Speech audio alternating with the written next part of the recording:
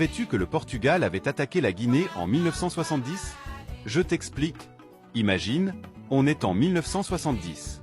Le Portugal, qui contrôle déjà la Guinée-Bissau comme colonie, décide de lancer une opération militaire ultra secrète appelée Mar Verde. C'est complètement dingue. 400 soldats portugais, des mercenaires et des opposants guinéens débarquent en pleine nuit à Conakry, la capitale de la Guinée indépendante. Mais pourquoi?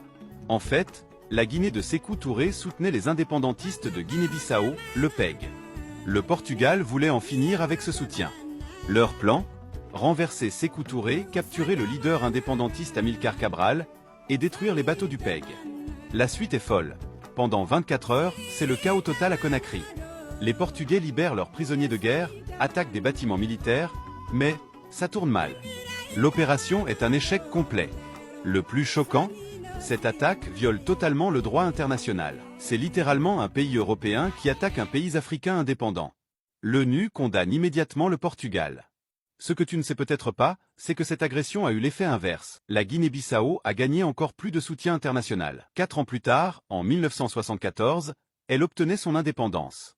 Le plus fou? Le Portugal utilise des armes chimiques, du napalm, des tactiques de terreur, tout ça pour garder sa colonie. Mais face à la résistance du peuple guinéen, même ces méthodes barbares n'ont pas suffi. C'est une histoire qu'on ne nous raconte pas souvent, mais qui montre à quel point les pays colonisateurs étaient prêts à tout pour maintenir leur domination en Afrique.